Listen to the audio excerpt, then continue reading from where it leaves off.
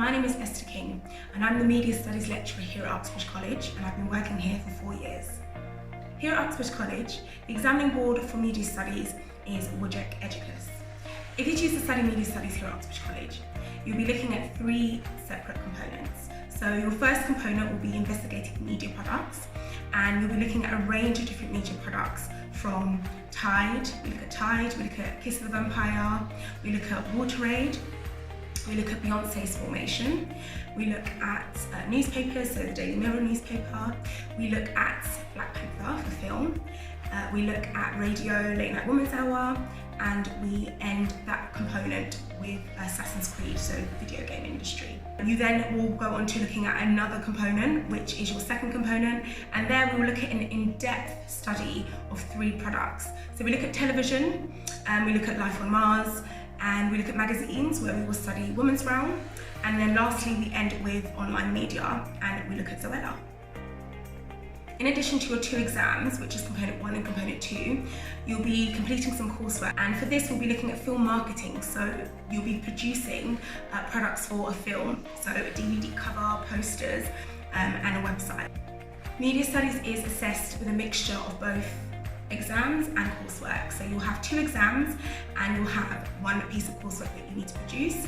So both exams are worth 35% each, and your coursework is worth 30%. This subject works well for students that want a mixture of both exam and coursework-based assessing, because you also have that coursework to show your practical skills as well as your exam to show your theoretical knowledge. The entry criteria to take Media Studies at A-level are 6th grade 9 to 4s, including a 4 in GCSE English Language. You don't actually have to have taken GCSE Media to take it at A-level. You might be wondering what subjects go well with Media Studies. Well, in Media Studies we look at a range of various different concepts and ideologies, and therefore it fits in with a lot of other subjects in the humanities field. So such as sociology, psychology, business. It goes well with business because of the marketing aspect as well within business. Media Studies also goes very well with English, so English language, English literature. It fits in very nicely because you analyse in English, and you likewise will analyse in Media Studies. You analyse the visual products in the media, and so therefore your analytical skills will be developed and enhanced if you study English with media. Media Studies is a very broad subject and therefore can open doors to a variety of different degrees and careers.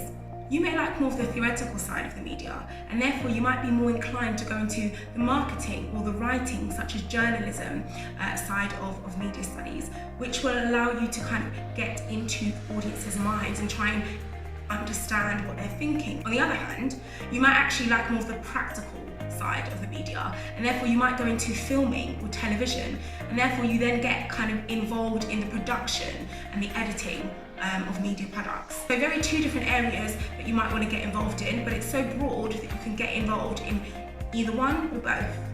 As we all know, today more than ever we live in a media-saturated world, and therefore Media Studies is a very important subject to study within today's society. The media is a very good source of information for us in society. It also entertains us, whether that's from watching television, listening to the radio, reading a newspaper, or checking social media. We consume media every single day.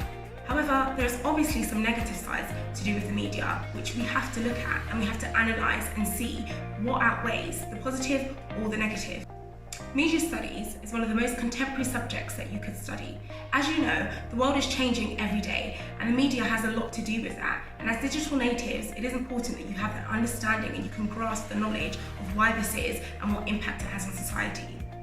If you study Media Studies, you will not only gain the skills to analyse and critically evaluate media texts, but you will also be creating them as well. Therefore, you can use your theoretical knowledge and understanding of what you've used to analyse media text and embed that into actually creating your own media product. In Media Studies, we'll be looking at 5 concepts: media language, representation, industries, audiences, and context. This makes up the theoretical framework of media. It is important to look at context because context makes the product. If we have a product from the 1950s versus a product from 2021, we will see the differences in probably gender, ethnicity, sexuality, and all of these things is what we look at when we analyse media products.